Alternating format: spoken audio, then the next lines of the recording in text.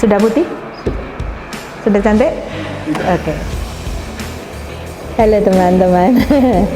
Hari ini kita akan belajar ilmu yang sangat amat penting, karena kita akan mengembalikan hal yang sebab akibat lahirnya bayi menjadi ke bentuk yang semula, bagus, tidak nyeri, bisa untuk lewat bayi kedua.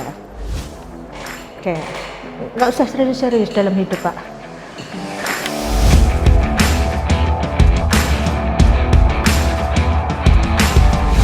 Sebelumnya kita akan belajar dulu alat apa yang akan kita pakai ya. Oke, mari Dek, silahkan mendekat ke sini. Dek, anggap ya ini adalah area steril, berarti ini adalah barang-barang yang di atas sini adalah barang-barang yang harusnya steril. Kita lihat bersama-sama, oke? Tentu saja kalau mau menjahit kita harus siapin apa ini? Nail footer, guntingnya, pinsetnya, ini sepet untuk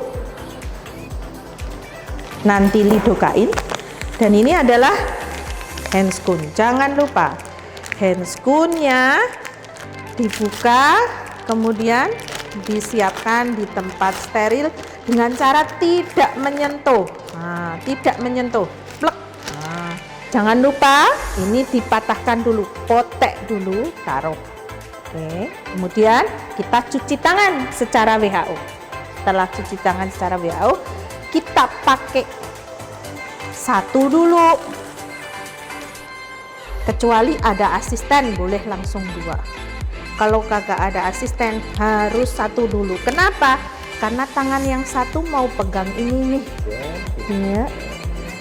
Ini adalah lidokain untuk anestesi lokal. Lihat, kenapa harus ini spek tadi ini steril. Jadi ini harus begini, disedot.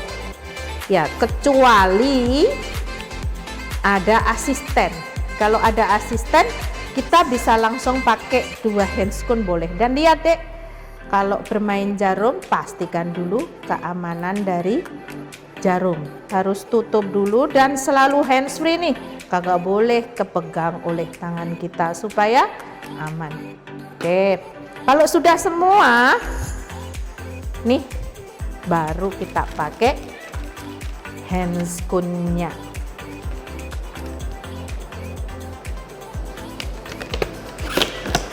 Oke. Oke. Maka kita siap bekerja. Yeay. Ini adalah manekin perineum. Ya.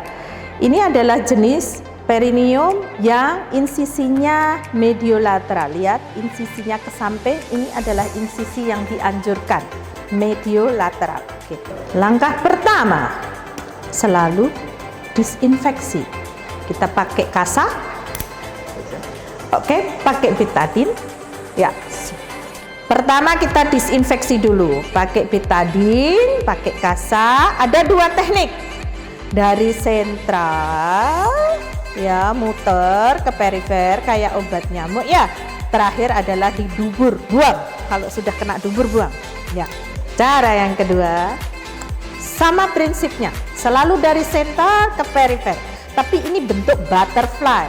Lihat, sentral dulu dibersihkan, terus ke samping, ke samping, ke samping, ke samping, ke samping, ke samping, ke samping, baru terakhir dubur, buang. Kuis nih, kuis. Kayak cara gini boleh nggak nih? Ini cara mengecat. Cara mengecat bolak-balik enggak boleh, karena kotoran yang sudah ke sana dibawa balik ke sana. Ini enggak boleh. Kotoran yang sudah ke sana bawa balik ke sana enggak boleh. Yang boleh, anggap ini center. Ini dipulaskan keluar satu kali, pulaskan keluar dua kali, selalu pulaskan keluar. Supaya kotoran dari tengah dibawa keluar. Ya, yang sering terjadi adalah teman-teman melakukan ngecat, ini enggak boleh.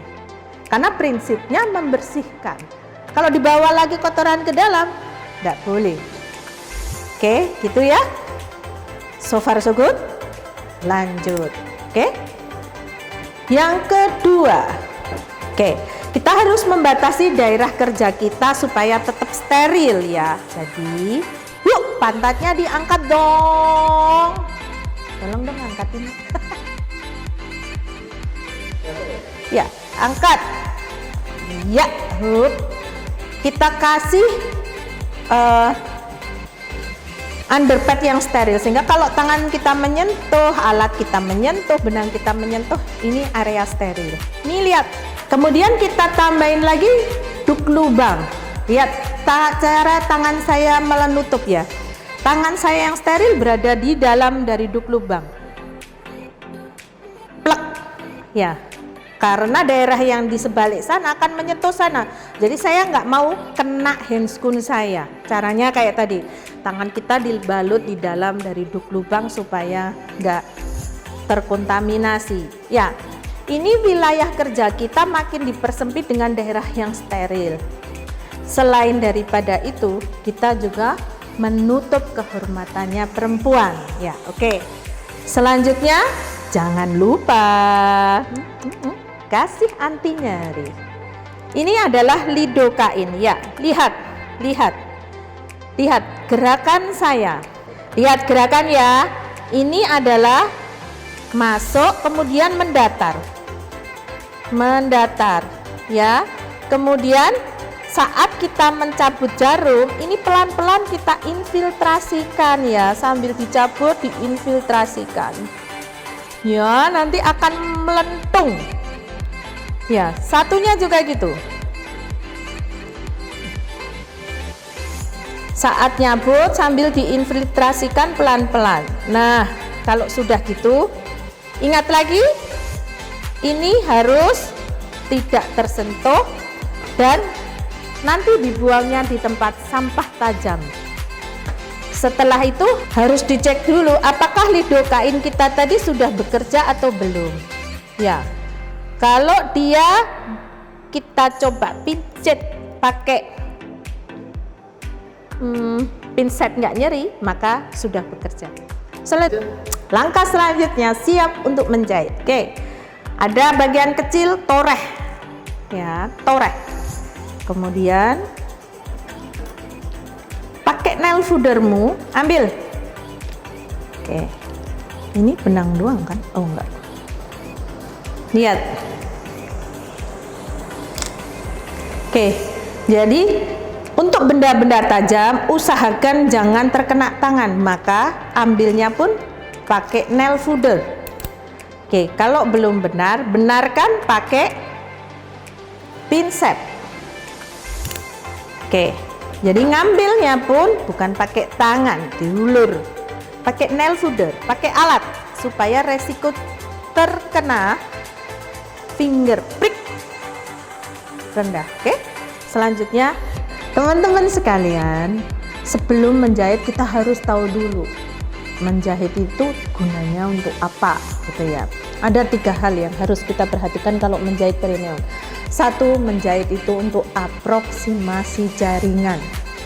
Jadi yang ini harus ketemu yang ini itu sesuai dengan tipe jaringannya.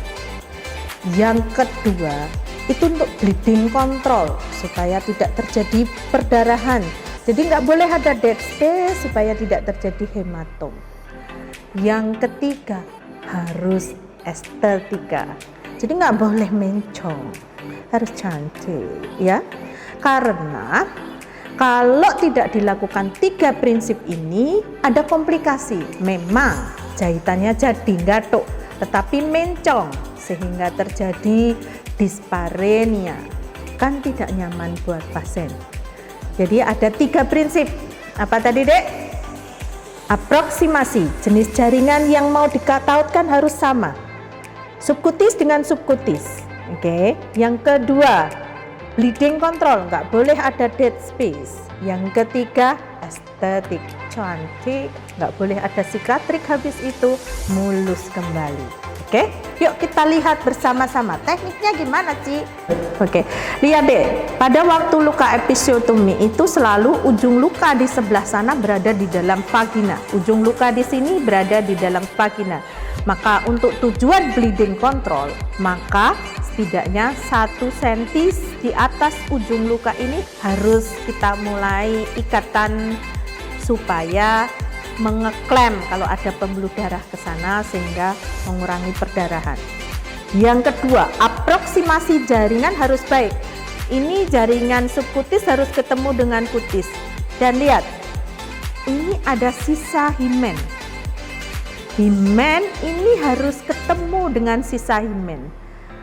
Kemudian labium ini harus ketemu dengan labium ini. Sehingga kalau mau jahit episiotomi, kita nggak usah tergesa dulu deh. Sebelum menjahit episiotomi, kita harus melakukan rekonstruksi dulu. Kita harus mikir, mana mau ketemu mana. Nggak usah tergesa dulu. Mana mau ketemu mana. Ingat, jahitan episiotomi itu miring. Jadi ini bukan menggatukkan secara lurus. Karena kalau kamu tidak melakukan rekonstruksi ini, asal menggatukkan secara lurus, pastilah mencong. Karena dia potongannya miring. Oke, saya ulangi. Harus dimulai setengah senti atau 1 senti dari ujung luka supaya tidak terjadi perdarahan. 2. Aproksimasinya sesuai tipe jaringan.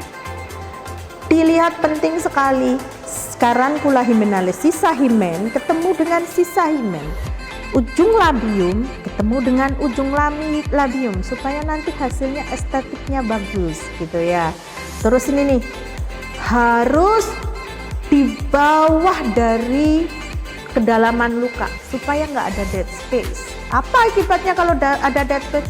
Ada hematom deh. Kalau ada hematom harus kau bongkar, kau perbaiki lagi, atau menjadi tempat dari pus. Waduh, runyam gitu ya. Oke, kita mulai yuk. Jangan lupa dulu berdoa. Bismillahirrahmanirrahim. Ini dek, kita mulai dengan di ujung. Lihat. Ujung lukanya di sini saya menjahitnya di atas. Tujuannya apa tadi? Untuk bleeding control. Kalau ada pembuluh darah yang masuk ke situ, saya sudah klem dulu dengan jahitan.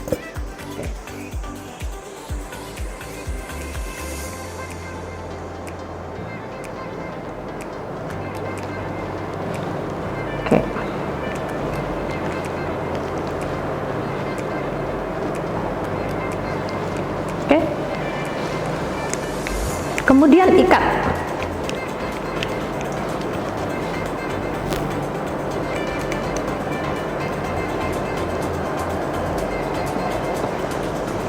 Oke.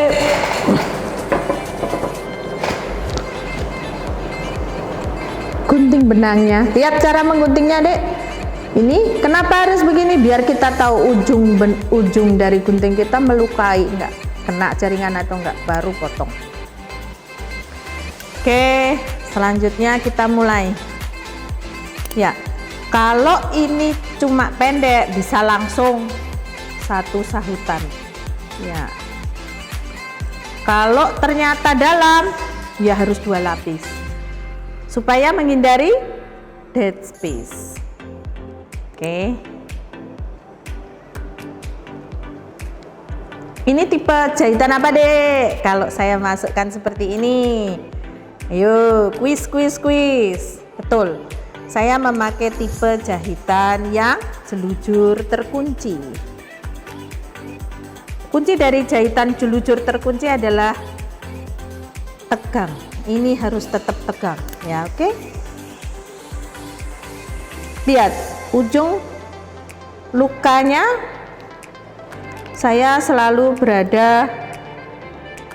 benang saya selalu berada di bawah ujung dari lukanya.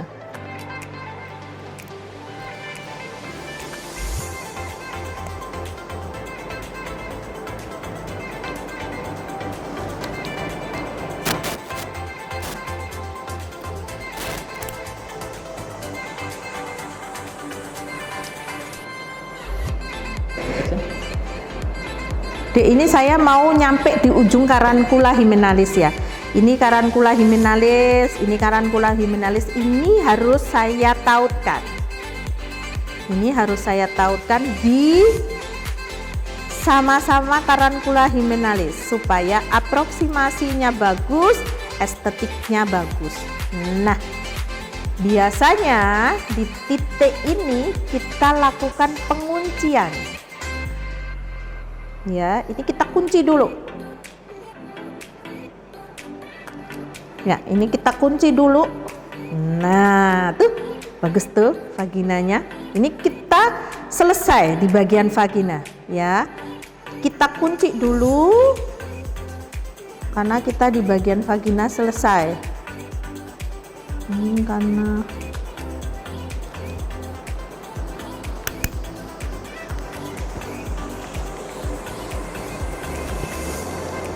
Oke, teman-teman lihat ya, komponen dari vagina kita udah selesai.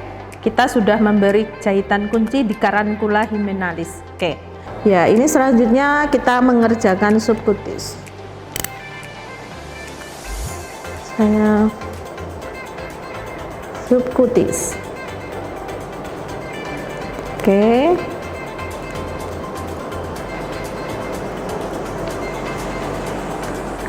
Mau pakai jelujur boleh, mau pakai jelujur terkunci boleh. Ini jelujur apa, Dek? Oke, ya. Jadi ini subcutis dengan subcutis. Kembali subcutis dengan subcutis.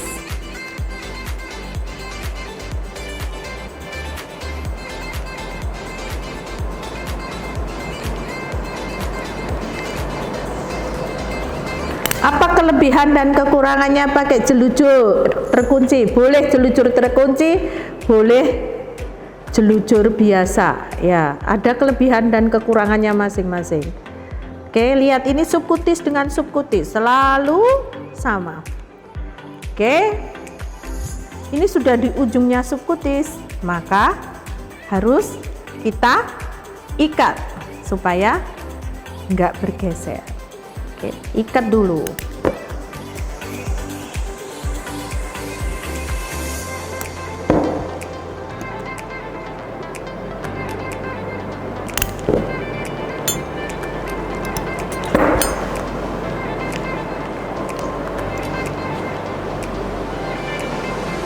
Oke, kalau sudah kita subcutis sudah selesai, kita sekarang menuju ke cutis. Nah, begitu cutis maka jahitan kita menjadi subcutis. Lihat, saya masuk di ujungnya yang paling sana. Lihat, masuk di ujungnya paling sana. Set. Ini karena kepanjangan, saya potong dulu ya, dia. Saya potong dulu, yang ini juga kepanjangan, saya potong dulu. Oke. Kalau subcutis, lihat arah jarumnya. Ini harus saya ubah ya, Dek ya. Oh, cut, Pak. Ininya. Oh. Ininya kagak. Oke, ini harus saya ubah ya. Jarimnya itu bentuknya menjadi seperti ini. Oke. Oke, tadi kalau jahit biasa, arah ujungnya ini ke tangan kiri saya. Sekarang saya ubah balik. Oke, jelas, Dek? Lihat gerakannya. Subcutis berada di bawah cutis.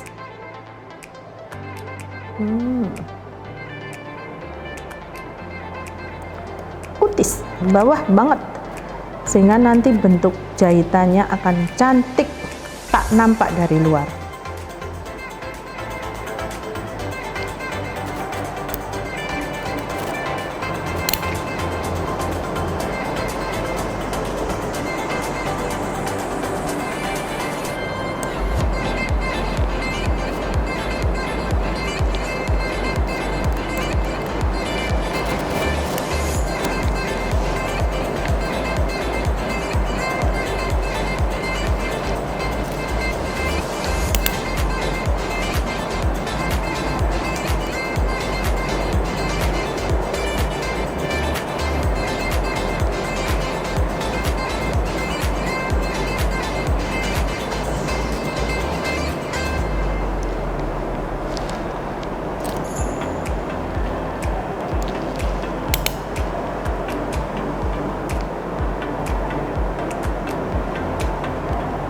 Ini batas labium, Dek. Ini batas labium, ini batas labium. Maka ini pun harus ketemu dengan ini, Dek. Ya. Supaya hasilnya apa, Dek? Tadi, Dek, aproksimasi jahitannya itu bagus. Ini ujungnya sini harus ketemu dengan ujungnya sono. Kagak boleh kagak ketemu. Aduh, bajunya melotok. Ya. Ini harus ketemu dengan ujung pula ya, ujung ketemu ujung, itu prinsip. Jadi harus direkonstruksi dulu, jahit itu sambil mikir, nih ketemu nih ujungnya, ini mah cantik gitu ya. Oke, lihat, maka ini bagian dalam pun harus ketemu, harus seia sekata.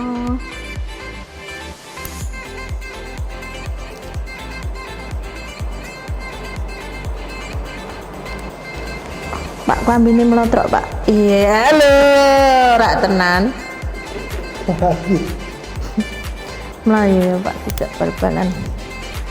Ya, oke. Ini pun sama ya, teman-teman. Harus ketemu. Prinsipnya jaringannya harus tipenya sama.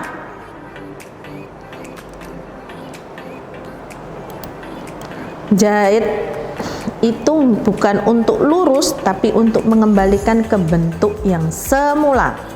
Maka ujung jaringan apa harus ketemu dengan ujung jaringan apa. Oke, jangan lupa nih dikunci kalau sudah selesai.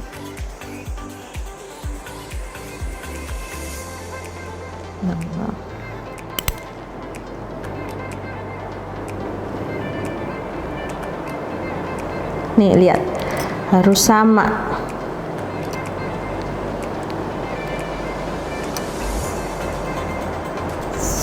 Selesai.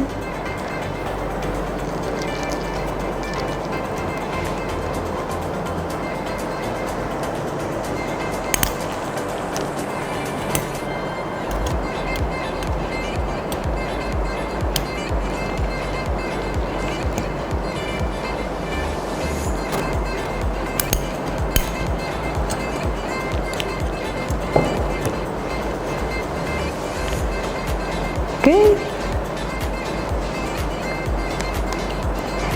Tada. Oke.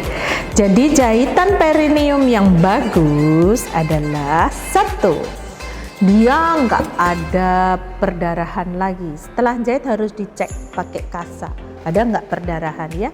Kalau masih ada perdarahan aktif harus diulangi lagi, ditambah dengan stitching lagi supaya kontrol bleeding. Yang kedua, dia aproksimasi jaringan harus baik. Carancula hymenalis ketemu Carancula hymenalis, labium ketemu dengan labium. Oke, estetikanya harus baik. Kita pakai jahitan intrakutan sehingga nggak kelihatan, cuma kayak dilem aja ya. Tada. Oke, demikian adik-adik, semoga tidak sulit. Ya, tiada yang lebih sulit daripada cari jodoh.